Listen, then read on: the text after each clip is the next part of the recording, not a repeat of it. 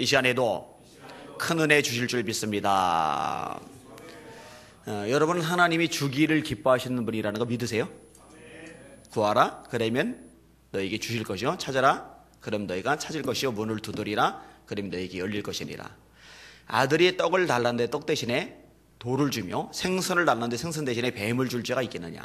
아비가 악할지라도 자식에게 좋은 것으로 줄 알거든 하물며 하늘에 계신 너희 아버지께서 구하는 자에게 좋은 것을 주지 않으시겠느냐. 주신다는 거요, 안 주신다는 거요? 주신다는 거죠. 야고보서 1장 5절입니다. 너희 중에 누구든지 지혜가 부족하거든 모든 사람에게 후히 주시고 꾸짖지 아니하시는 하나님께 구하라 그러면 주시리라. 하나님께서 묘사를 하는데 뭐라 묘사하느냐? 후히 주신대요. 후히 주신대요. 후히 주신대요. 로마서 8장 32절입니다. 자기 아들을 아끼지 아니하시고 우리 모든 사람을 위하여 내어주시니가. 누굴 주셨다고요? 예수님을 내어주시니가 어찌 그 아들과 함께 모든 것을 우리에게 은사로 주지 아니하시겠느냐. 주신다는 거예요. 아브라함이 하나님을 만났을 때요 이렇게 묻습니다. 하나님 내게 무엇을 주시려나이까? 야, 이 아브라함 철딱선이 없다. 하나님 만났으면 영광입니다, 감사합니다, 찬양합니다 붙어야지. 하나님께서 뭐 주시려고요? 철딱선이 없는 게 아니에요. 아브라함이 하나님의 성품을 잘 아는 거예요. 하나님이 어떤 분이라는 거, 주기를 기뻐하시는 분이라는 거 아시는 거예요. 여러분이 하나님의 성품대로 많은 거 받아 누릴 수 있는 여러분들 되시기를 주님의 이름으로 축원합니다. 하나님 주기를 원하시는 거예요. 상도 마찬가지예요. 하나님이 상 주기를 원하세요. 그러니까 여러분들은 그걸 기대하셔야 돼요. 주실 것을 믿어야 돼요. 그게 히브리서 11장 6절이잖아요. 믿음이 없이는 기쁘시게 못하나니 하나님께 나가는 자는 반드시 그가 계신 것과 또한 그가 자기를 찾는 자들에게 상 주시는 이심을 믿어야 할지니라. 내가 하나님 찾아봐야, 예배 드려봐야, 하나님 뜻대로 살고 몸부림쳐봐야 뭐 별거 있겠어? 하나님 그 사람 절대 안 이뻐해요. 그 사람 절대로 하나님 기쁘시게 못해요. 그런 사람 하나님 기쁘시게 못한다고 성경이 말씀하고 있잖아요. 내가 하나님을 찾는데, 하나님의 이름을 부르는데, 하나님 뜻대로 살려고 발버둥을 치는데 하나님 나에게 상 주기를 원하셔. 반드시 주실 거야. 이거 믿으실 수 있기를 주의 이름으로 축원합니다. 제가 가끔 아내 보래요. 우리 애들은 잘 될 거야. 큰 소리 빵빵 쳐요. 잘 될 거야. 아내 뭐라고 얘기하는지 아세요? 왜 잘 될 거냐? 아니 아빠가 이렇게 주를 위해서 헌신하고 목숨을 걸고 교회 살리려고 발버둥을 치는데, 전존재를 쏟아서 막 기도하고 막 몸부림을 치는데 하나님께서 자녀 복 주지 않겠냐고. 여러분 이거는요 기복주의 신앙이 아니에요. 성경에서 말씀하고 있는 거 그대로 얘기를 하는 거예요. 다시요. 믿음이 없이는 기쁘시게 못하나니 하나님께 나아가는 자는, 여러분들 지금 하나님께 나왔잖아요. 하나님께 나가는 자는 반드시 그가 계신 것과 또한 그가 자기를 찾는 자들에게 상 주시는 이심을 믿어야 할지니라. 그 믿어야 돼요. 믿으시길 바랍니다. 믿으셔야 해요. 오늘 본문에도 보면 예수님이 주시는 것들에 대해서 이야기를 끄집어냅니다. 워낙 유명한 본문입니다. 따라합시다. 예수님이 우리에게 주시는 것들 세 가지. 도대체 뭘 주시느냐? 오늘 말씀을 같이 한번 읽어볼게요. 한 번 더 읽을게요. 시작. 그가 찔림은 우리의 허물 때문이요 그가 상함은 우리의 죄악 때문이라. 그가 징계를 받음으로 우리는 평화를 누리고 그가 채찍에 맞음으로 우리는 나음을 받았도다. 우리는 다 양 같아서 그릇 행하여 각기 제 길로 갔거늘 여호와께서는 우리 무리의 죄악을 그에게 감당시키셨도다. 아멘. 따라합시다. 예수님은 우리에게 나음을 주신다. 채찍에 맞음으로 우리가 나음을 입었다라고 말씀하고 계시죠. 여러분 사람들이 질병을 많이 앓고 있어요. 병의 종류도 굉장히 많아요. 머리끝부터 발끝까지 다 있죠. 머리는 뇌종양, 그죠? 발끝은 이제 무좀, 그다음에 중간에 허리 디스크, 목 디스크, 고관절, 아니면 이게 류마티스 관절염, 그죠? 그다음에 내장 쪽에서도 콩팥 이상 있는 사람. 그래서 투석하는 사람들 많잖아요. 심장 이상 있는 사람, 간 이상 있는 사람, 또 눈에 녹내장, 백내장, 코 축농증, 비염, 구강염, 그 다음에 이빨 말썽이 나는 것도 많고, 그냥 이게 머리끝부터 발끝까지 온갖 질병이 일어나는 세상을 살고 있어요. 그런데 저와 여러분이 믿어야 될 것이 뭐냐? 예수님은 치료의 주님이라는 거 믿으셔야 됩니다. 여러분 날 때부터 소경된 사람 눈을 고쳐주죠. 요한복음 9장이 나오죠. 예수님이 흙을 이겨서 침을 뱉어요. 그리고 눈에다 이렇게 대세요. 제가 볼 때 다른 소경을 고칠 때하고 날 때부터 소경된 사람의 눈을 고칠 때하고 좀 다르신 것 같아요. 이 날 때부터 소경된 사람의 눈에는요, 동공이 없기 때문에 어쩌면 흙으로 그 동공을 창조하셔서 눈에다 집어넣으신 게 아닐까, 그렇게 생각이 돼요. 그지 그렇게 안 하셔도 되는데 유독 요한복음 9장에만 흙으로 이렇게 해가지고 이렇게 딱 대시거든요. 그리고 실로암 못에 가서 씻어라. 그래서 가서 씻고서 왔더니 보게 되잖아요. 예수님이 능력을 나타내셔서 치유하신 거죠. 요한복음 5장에는 38년 동안 누워서 꼼짝 못하던 중풍병자가 나와요. 베데스가 연못가에 자리 펴고 누워 있어요. 근데 기대감은 없어요. 왜냐, 친척들도 없고 친구들도 없고 가족들도 아무도 없거든요. 병이 38년 되다 보니까요, 간병하던 사람이 다 지쳐서 나가 떨어져 버린 거예요. 여러분, 10년 간병하는 사람이 있으면 그 사람은 굉장한 인격자입니다. 제가 10년 누워 있으면요, 제 아내도 저버릴지 몰라요.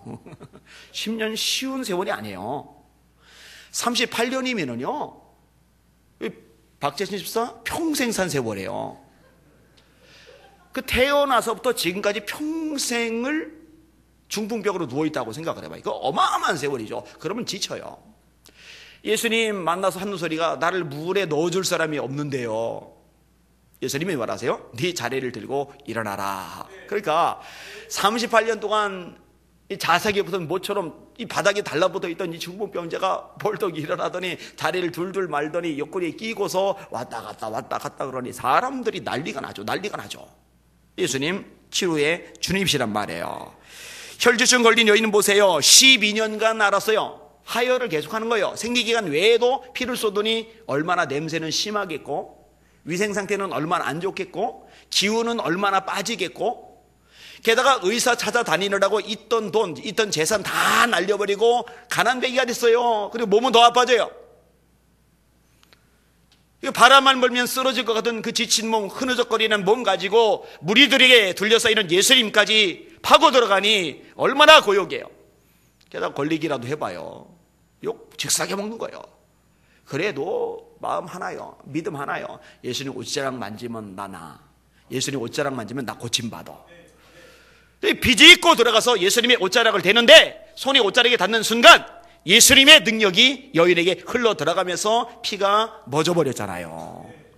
예수님이 가시다 말고 딱 멈춰서세요. 누가 내 옷에 손을 대었느냐? 어이없는 얘기죠. 왜냐면 사람들이 마갈마갈 달라붙었는데 누가 손대요? 막 이 사람도 대고 저 사람도 대고 수많은 사람들이 예수님의 몸에 손을 대요. 그런데 정작 고침을 받고 기적을 경험한 사람은 딱 한 사람. 왜냐?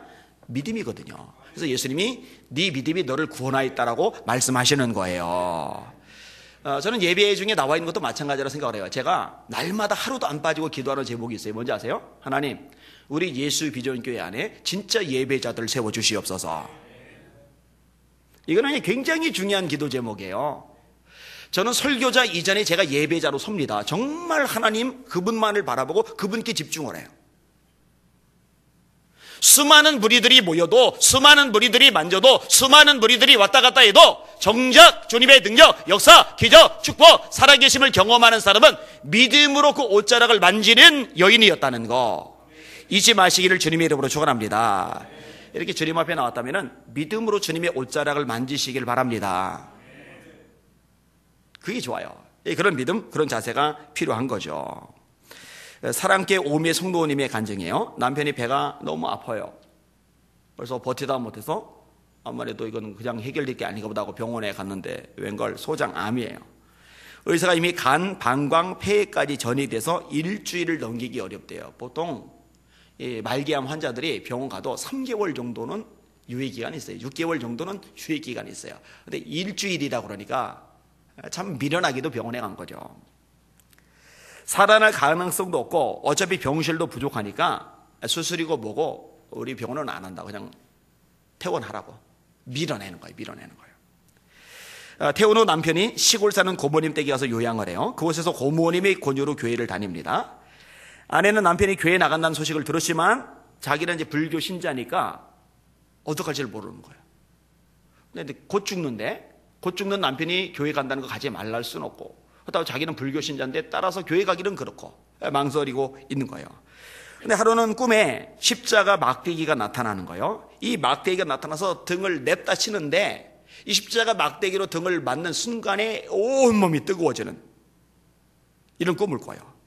아, 이거 교회에 나가라는 징조인가 보다. 교회를 다니기 시작을 해요. 그리고 나간 김에 이제 부르짖는 거죠. 하나님, 남편을 암에서 고쳐주시옵소서. 이제 우리 부부가 하나님 잘 믿겠습니다. 하나님 잘 섬기겠습니다. 그러니 하나님 제발 우리 남편 구해주세요.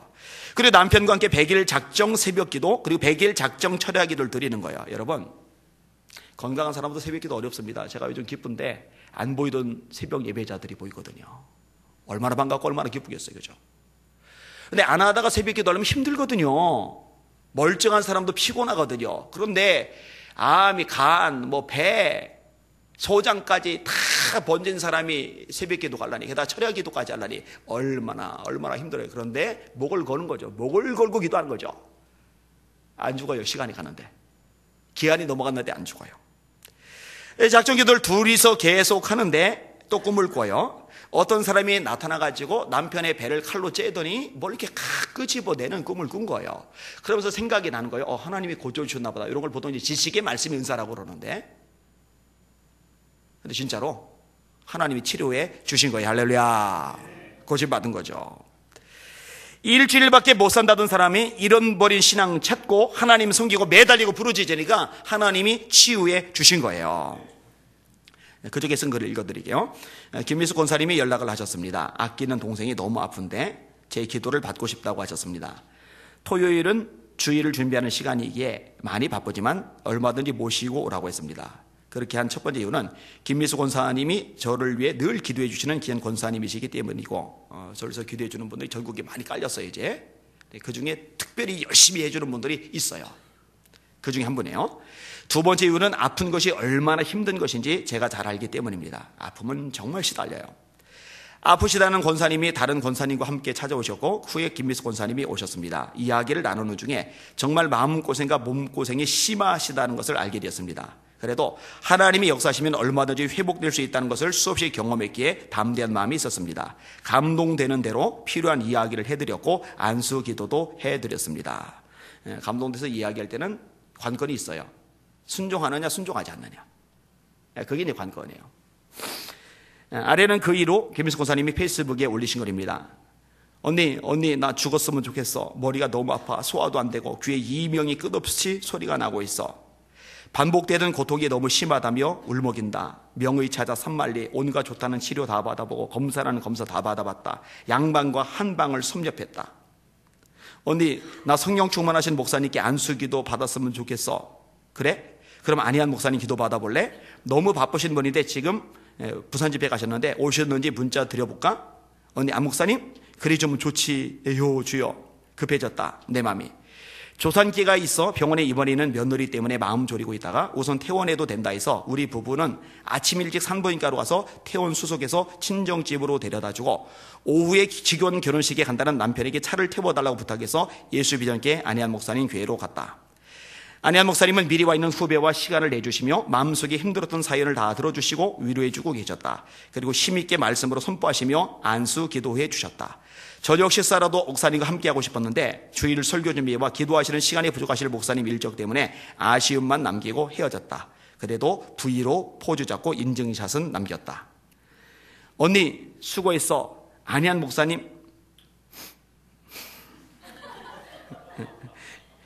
영빨이 대단하신 것 같아. 머리가 맑아졌어. 그래 감사 주중에 한 번 더 안 목사님께 가자. 주님께서 많이 기뻐하시는 주님의 종이신께 영빨이 센 거요. 그치? 감사합니다. 안희한 목사님, 안 목사님 사랑합니다. 이렇게 해서 이제 올렸더라고요. 그리고 어제 이제 목사님들이 오셨어요. 교수님들이랑. 하여튼 대단한 분들이 오셨어요. 근데 이 목사님들 오시면은요, 제가 다 사요. 교회에다 청구를 안 해요. 제가 다 사요. 근데 이 권사님이 기도받고 싶어서 또 달려온 거예요. 세 분이 찾아오신 거예요. 찾아오시더니 서로 밥을 사겠다고 해서 어제 제 돈이 굳어버렸잖아요. 17명 거 제가 돈 안 냈잖아요. 권사님이 내셨어요. 다음번에 다른 권사님이 내신대요. 그 다음번에 또 다른 권사님이 내신대요. 앞으로 3번 모임은 재정이 해결이 됐어요. 할렐루야. 여러분, 하나님이 역사하시면, 하나님이 만지시면 치료 일어납니다. 기적은 일어납니다. 저와 여러분도 마찬가지인 걸 믿으시기를 바랍니다. 몸만이 아니에요. 몸만 병드는 게 아니거든요. 정신도 병들어요. 정신 병든 게 뭐예요? 열등한 거 병든 거예요. 자격지심 거 병든 거예요. 이 마음속에 상처가 깊으니까 너무 예민해요. 피해의식이 커요. 이게 내 병든 거거든요. 주님이 얼마든지 치유하실 수 있다는 거 믿으시기를 주님의 이름으로 축원합니다. 자, 주님이 우리에게 나음을 주세요. 또 무엇을 주시느냐? 따라합시다. 예수님은 우리에게 평화를 주신다. 그가 징계를 받음으로 우리가 평화를 누리고, 오늘 본문에 말씀합니다. 인간의 특징은요, 몸만 연약한 게 아니라요, 마음이 연약합니다. 마음이 유리그릇이에요. 유리그릇. 유리그릇. 방탄유리 말고 일반 유리. 유리그릇. 여러분, 누구나 똑같아요. 참 깨지기 쉬워요. 불안해하고요, 답답해하고요, 속상해하고요, 힘들어하고요, 조바심 내고요, 어찌할지 발 몰라요. 발 동동동동동 굴러요. 이게 우리의 연약한 모습이라는 거예요. 여러분, 인간의 문명이 발달하고 과학이 성장을 해도 똑같습니다. 사실 지금 우리가 사는 시대만큼 문명이 발달했던 시대가 어디 있어요? 제가 미래 사회 관련해서 얼마 전에 칼럼 써서 이제 언론에 보냈었는데, 여러분, 지금 우리가 사는 세상은요, 최첨단입니다. 여러분, 나노 기술 잘 모르죠? 나노. 이 머리카락 한 줄기가 얼마나 얇아요? 이 얇은 머리카락 속에 수많은 회로가, 어마어마한 양의 회로가 들어가는 거 아시죠? 그게 들어가기 때문에 이런 게 가능한 거예요. 이렇게 나노 기술이 없으면 휴대폰 두께가요, 이렇게 되고요, 크기는 이렇게 돼요. 전화 갈 때 두 손으로 이렇게 들어가지고 여보세요, 이러고 전화를 해야 돼요. 나노 기술이 있기 때문에 이 조그만 것 속에 다 집요하게 집어넣는 거예요. 드론, 자율주행 자동차, 지금 우리나라도 생각을 하고 있는데, 서울서 부산까지 20분 내로 주파는 이 진공 루프로 달리는 열차. 헤아릴 수가 없어요. 여러분, 예전에 만화에서나 나오던, 영화에서나 보던 그 어마어마한 것들이 지금 눈앞에 현실로 나타나고, 지금 우리가 상상하지 못할 만큼의 어마어마한 것들이 앞으로도 나타날 겁니다만, 그럼에도 불구하고 사람은 여전히 불안해할 겁니다. 두려워할 겁니다. 망설일 겁니다. 지쳐할 겁니다. 힘들어할 겁니다. 이거는 어쩔 수 없는 인간의 한계 연약함이에요. 근데 이런 인간에게 진짜 평화를 주실 수 있는 분이 누구냐? 예수님이라는 걸 믿으시길 바랍니다. 예수님이 주시는 평화는 두 가지 특징이 있는데, 첫째는 세상이 줄 수 없는 평안이고, 둘째는 세상이 알 수 없는 평안이에요. 세상이 줄 수 없는 평안, 세상이 알 수 없는 평안. 따라합시다. 예수님이 주시는 평안은 세상이 줄 수 없고 세상이 알 수 없는 평안이다. 이게 가능한 이유는요, 두 가지 측면인데, 예수님이 능력이 많으시다는 거죠. 권세가 끝이 없으시다는 거죠. 하늘과 땅의 모든 권세를 예수님이 가지고 계십니다. 할렐루야. 이 권세 가지신 예수님이기 때문에 우리 마음속에 얼마든지 평안을 주실 수 있는 거예요. 바다를 잠잠케 하시는 예수님, 풍랑을 잠잠케 하시는 예수님만 아니라 우리 마음속에 있는 풍랑까지도 주님은 잠잠케 하실 수 있는 거예요. 예수님이 십자가에 죽으신 다음에 제자들은 두려워요. 마음의 풍랑이 일어나요. 물을 걸어 잠궈요. 겁을 집어먹은 채 오돌오돌 떨고 있어요. 물을 잠가놨는데 그 잠가는 문을 통과해서 들어오신 예수님이 그들이 첫 번째 하신 말씀이 뭐예요? 너에게 평강이 있을지어다. 주님이 말씀을 하시니 제자들의 마음에 평강이 임하는 거예요. 왜? 예수님이 능력이 있으시니까. 또 하나의 측면은요, 주님의 사랑입니다. 아무리 능력이 있어도, 아무리 대단해도 나를 사랑하시는 분이 아니라면은 그분이 내게 좋은 걸 주실 리가 없잖아요. 그런데 예수님은 저와 여러분을 사랑하신단 말이에요. 제가 참 좋아하는 말씀이 요한복음 13장 1절이에요. 예수께서 유월절 전에 자기가 세상을 떠나 아버지께로 돌아가실 때가 이른 줄 아시고 세상에 있는 자기 사람들을 사랑하시되 끝까지 사랑하시니라. 이 구절이요, 어릴 때, 젊을 때 저에게 굉장히 소망을 많이 줬어요. 이 끝까지란 말. 왜냐면 제가 겪어보니까 사람은요, 끝까지 사랑 안 해요. 변덕부려요. 반드시 이상한 짓 해요. 안 한 사람 있어요? 끝까지 안 가요. 그리고 깨졌다가 회복됐다가도 이것도 내부리하고. 근데 예수님은요, 한 번도 그러시는 적이 없어요.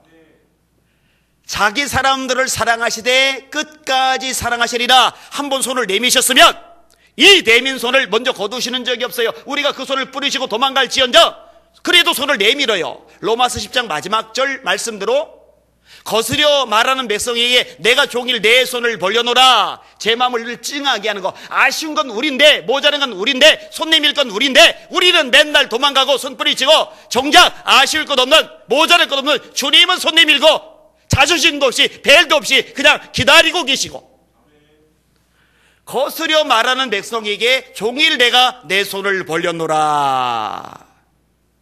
이거 안 거두신단 말이에요. 뿌리치지 않으신단 말이에요. 끝까지 사랑하신단 말이에요. 이렇게 사랑하시는 예수님이 저와 여러분에게 손 내밀어 주시는 줄 믿으시기를 바랍니다. 어떤 중학생 아이가요, 고등학교 진학 때문에 마음고생이 많았대요. 근데 아버지가 좀 위로도 해주고 격려도 해주고 먹을 것도 사주고 좀 따뜻하면 좋을 텐데 무뚝뚝한 스타일인 거예요. 따뜻한 말 한마디 할 줄을 모르는 스타일인 거예요.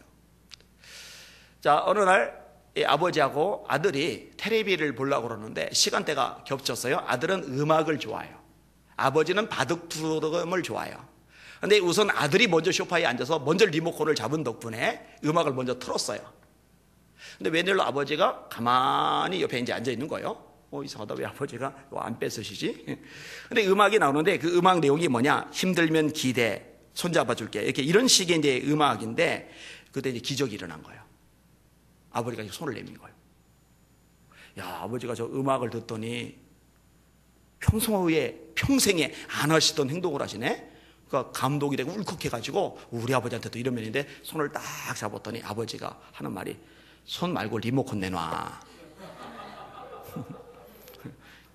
손 올려놓으라고 음악 소리 듣고 이런 게 아니라 리모컨 내놓으라고 이렇게 한 거죠. 여러분 적어도 예수님은 이런 아버지하고는 달라요. 정말 손을 내밀어 주신단 말이에요. 그리고 저와 여러분에게 평화를 안겨주신단 말이에요.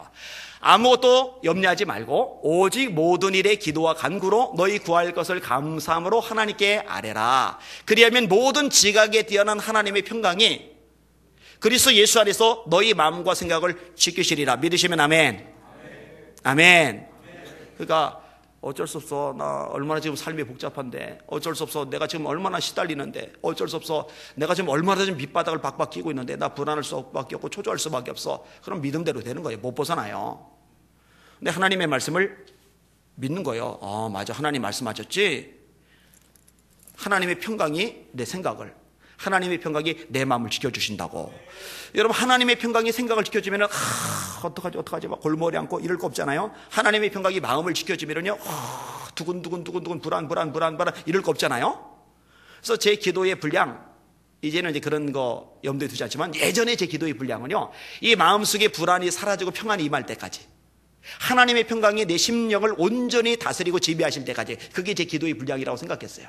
이제는 그런 걸 이제 넘어서서 기도를 해버리지만, 여러분 그렇게 하나님의 평강이 여러분에게 주어질 수 있다는 거 믿으시고 기도하시고 누리실 수 있기를 주님의 이름으로 축원합니다. 여러분들의 얼굴이 펴져야 돼요. 해처럼 환해야 돼요. 일그러지고 찌그러지고 인상 쓰고 짜증내는 얼굴이면 안 돼요. 그거로 예수 믿는 사람의 얼굴이 아니에요. 성령의 9가지 열매 중에 하나가 화평이에요. 화평. 여러분, 여러분의 얼굴 속에 하나님이 주신 평강의 증거들이 보여줄 수 있기를 주님의 이름으로 축원합니다. 반드시 주신다니까요. 주실 수 있다니까요. 자, 예수님이 무엇을 주세요? 따라합시다. 우리에게 죄사함을 주신다. 여러분, 인간의 가장 근원적인 문제는요, 사실은 질병이 아니고요, 경제, 가난의 문제가 아니고요, 관계 문제도 아니고요, 사실 죄 문제입니다. 죄야말로 모든 문제의 원흉입니다. 여러분, 아담과 하와에게 문제가 발생하죠. 완벽하던, 아무 걱정 근심 염려 없던 에덴 동산에 살던 아담과 하와에게 문제가 발생하죠. 어떤 문제가 발생해요? 두 사람 사이에 균열이 생겨요.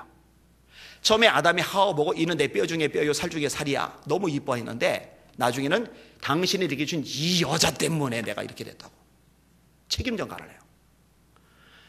땅이 저주받아 엉겅퀴 되고 이마에 땀이 흘려야 겨우 먹고 살게 되고 아내는 잉태하는 고통이 크게 더해지고 에덴 동산에서는 쫓겨나고 죽음이 사람에게 찾아오고 이 온갖 잡동사니 문제들이 발생을 하는데 그 근본적인 뿌리가 뭐이느냐? 죄였다는 거죠. 죄.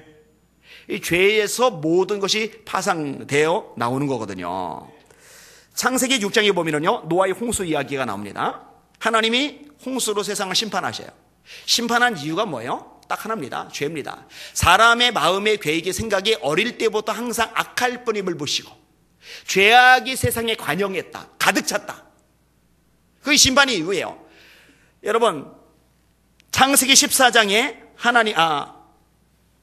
창세기 19장에 하나님의 소돔과 고모라 땅을 멸망시키시는데 이때도 원인은 딱 하나예요. 죄 때문에.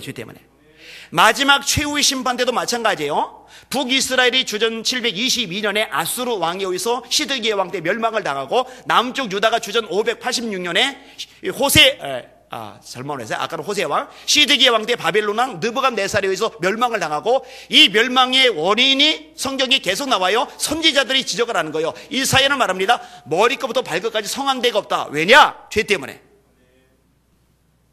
그래서 그들에게 요청하는 장면이 1장 18절이죠. 오라, 우리가 서로 변론하자. 너희 죄가 주홍같이 붉을지라도 눈과 같이 희어질 것이요 지롱같이 붉을지라도 양털같이 되리라. 이렇게 말하는 이사야 선지자의 예언 가운데 가장 핵심이 맨 뒤로 넘어가서 오늘 본문에 등장하는 내용이에요. 죄사함의 가장 근원적인 해결책을 성경에서 예언하고 계시는데, 그가 찔림은 우리의 허물 때문이요 그가 상함은 우리의 죄악을 인함이라. 우리는 다 양 같아서 그릇 행하여 각기 제 길로 가거늘 여호와께서는 우리 무리의 죄악을 그에게 담당시키셨도다. 죄 때문에 수많은 문제가 찾아와요. 죄 때문에 죽음이 찾아와요. 죄 때문에 죽음의 심판, 지옥의 형벌이 따라와요. 이 죄를 해결하지 않는 한 이 모든 문제들이 해결되지 않아요. 그런데 인간의 노력, 수고, 선행, 종교활동, 잡동사니 행위로 이 죄를 해결할 방법이 없는 거예요. 연필로 쓴 거는 지우개로 지우면 되고, 볼펜으로 쓴 거는 화이트로 지우면 되고, 옷은 옥시크린으로 빨면 되고, 머리 냄새 나는 건 샴푸로 지우면 되는데, 이 죄는 해결할 방법이 없는 거예요. 그 뭘로도 해결이 안 되는 거예요. 그래서 복음이 계속 구약에 선포되는 거야. 내가 해결책 보내줄 거야. 내가 해결책 보내줄 거야. 내가 해결책 보내줄 거야. 내가 해결책 보내줄 거야. 그 해결책이 예수 그리스도 그분이십니다. 그래서 마태복음 1장 21절에 이렇게 말씀하는 거예요. 아들을 낳으리니 이름을 예수라 하라. 이는 그가 자기 백성을 그들의 죄에서 구원할 자이심이라. 여러분, 예수님만이 저와 여러분의 모든 죄를 사하시는 거 믿으시기를 주님의 이름으로 축원합니다. 예수가 최고, 예수가 최고. 여러분, 세상 사람들에게 우리가 전해야 될 가장 핵심적인 진리가 이겁니다. 예수만이 네 죄를 사한다. 예수만이 죄로 인해 파생되는 인간의 모든 문제를 해결하신다. 예수 외에는 없다. 그래서 마귀가 이게 가장 중요한 진리고, 이게 무너지면 교회가 무너지는 걸 알기 때문에 이걸 허물라고 드는 거예요. 소위 종교다원주의가 교회 속에 파고들게 하는 거예요. 여러분, 세상 곳곳에 수많은 교회들이 이미 여기에 잠식을 당해서 교회가 교회의 능력, 교회의 권세, 교회의 본질, 교회의 원래 가치를 지금 상실해 가고 있어요. 미국 애틀란타에서 발행되는 크리스찬 타임즈가 저한테 이제 배달이 돼 와요. 제가 이제 매주 거기에 연재가 되기 때문에 이제 신문을 이렇게 보내줘요. 근데 이번 주에 왔던 이제 신문 기사에 보니까 미국 장로회가 지금 쫄딱 망하기 직전이에요. 교인 수가 급속도로 줄기 시작을 해요. 제가 조만간에 그걸로 칼럼을 쓸 겁니다. 이거는 싸요. 더 몰락해도 돼요. 아주 싸요. 왜냐? 성경적인 진리를 고수하지를 않아요. 이 미국 장로교단은요, 이미 동성애가 죄가 아니라고 인정을 해버렸어요. 동성애 목사들을 안수져서 목회를 맡겼어요. 여러분, 이렇게 성경에서 어긋난 것, 죄를 죄라고 하지 않고 잘못 가르치는 것, 이거는 이미 교회가 아니에요. 미국 장로교만 그런 게 아니에요. 미국 성공회도 이미 그래요. 우리나라 WCC에 가입된 교단들 정신 바짝 차려야 합니다. WCC 교단, 거기 산하에는 NCCK, 얼마 전에도 책자 냈죠. 얼마 전에도 세미나 열었죠. 그 세미나 내용이 뭐 있는지 아세요? 동성애 옹호하고 지지하는 거예요. 그리고 거기서 말하고 있는 핵심 주제가 뭔지 아세요? WCC에서? 저는 WCC 총회 보고서 이렇게 두 권을 직접 다 읽었거든요. 서울시내 도서관에서 빌려가지고. 제가 그냥 듣는 풍문 가지고 어떤 글을 쓰지 않아요. 거기에 보면은요, 타 종교에도 궁극적 실제가 있다. 다시 말해 구원이 있다. 그래서 우리는 타 종교와 함께 예배하는 법을 배워야 된다. 질문. 다른 종교와 함께 예배하는 거 가능해요? 하면 절대로 안 돼요. 절대 안 돼요. 예배는 성부, 성자, 성령, 삼일체 하나님 그분만이 받으셔야 됩니다. 어떤 존재도 하나님 외에 예배의 대상이 되면 안 돼요. 이단 교주도 안 되고 천사도 안 되고 아주 영역이 대단하다고는 능력이 나타나고는 목회자도 안 돼요. 예배는 삼일체 하나님 그분만이 받으셔야 돼요. 무슨 함께 예배하는 법을 연구합니까? 거기 써 있어요. 선교는 일방통행이다. 타 종교와 대화를 해야지 왜 선교하느냐? 왜 개종시키느냐? 선교는 일방통행이다. 그럼 선교하다가 죽은 거 순교는 뭐냐? 일방통행의 극치다. 여러분 제가 그거를 읽었는데 어떻게 WCC를 어떻게 NCCK를 제가 지지하고 우리 교단 가입한다고 그럴 때 어떻게 그걸 눈뜨고 그냥 봐요. 여러분 기억하죠? 제가 교단에서 제명당할 걸 각오하고 싸웠던 거. 우리 교회 청년들이 세연교회에서 총회하는 그 세연교회 앞에서 다 그 전단지 날렸던 거. 그 우리 교회에 있어인 거예요. 여러분 구원의 길은 여기도 있고 저기도 있고 거기도 있는 게 아니에요. 구원의 길은 오직 하나뿐이에요. 예수 십자가 외에 구원의 길은 없습니다. 내가 곧 길이요 진리요 생명이니 나로 말미암지 않고는 아버지께로 올 자가 없느니라. 요한복음 14장 6절입니다. 사도행전 4장 12절 다른 이로서는 구원을 얻을 수 없나니 천하 인간의 구원을 얻을 만한 다른 이름을 예수 이름 말고 다른 이름을 우리에게 주신 적이 없으시리라. 예수님만이 우리에게 죄사함을 주는 우리에게 구원을 주는 우리를 하나님의 아들 딸 삼게 하는 죄와 심판을 해결하고 천국 가게 하는 유일한 길이라는 거, 유일한 해결책이라는 거 절대로 빼앗기지 마시기를 주님의 이름으로 축원합니다. 근데 여러분들만이 아니라요, 한국 교회에서 중보기도 할 때 이 기도 계속 하세요. 여기서 이 강단에서 쓰잘데없는 소리 하지 말고 복음, 십자가의 도를 제대로 전하는 한국계 강단들 되게 하여 주시옵소서. 그래야 돼요. 말씀을 정리할게요. 자, 예수님이 우리에게 주시는 것들 세 가지 따라합시다. 예수님은 우리에게 나음을 주신다. 여러분 주님에게 치료의 능력이 있다는 거 믿으시길 바랍니다. 경험하실 수 있길 주의 이름으로 축원합니다. 두 번째로 합시다. 예수님은 나에게 평화를 주신다. 두려움 맙시다. 불안해 맙시다. 너무 답답해 맙시다. 주님 능력 많으셔요. 주님이 여러분 사랑하셔요. 여러분 합력해서 선을 이루게 하실 줄 믿습니다. 하나님의 평강이 가득하시길 주의 이름으로 축원합니다. 세 번째로 무엇을 주세요? 따라합시다. 예수님은 우리에게 죄사함을 주신다. 믿으시길 바랍니다. 예수의 십자가 외에 죄사함을 줄 수 있는 존재는 이 땅에 아무것도 없다는 거, 이거 붙잡으시고 전하시고 그리고 누리시는 저 여러분들 되시기를 예수님의 이름으로 축원합니다. 축원합니다. 아멘. 찬양할게요.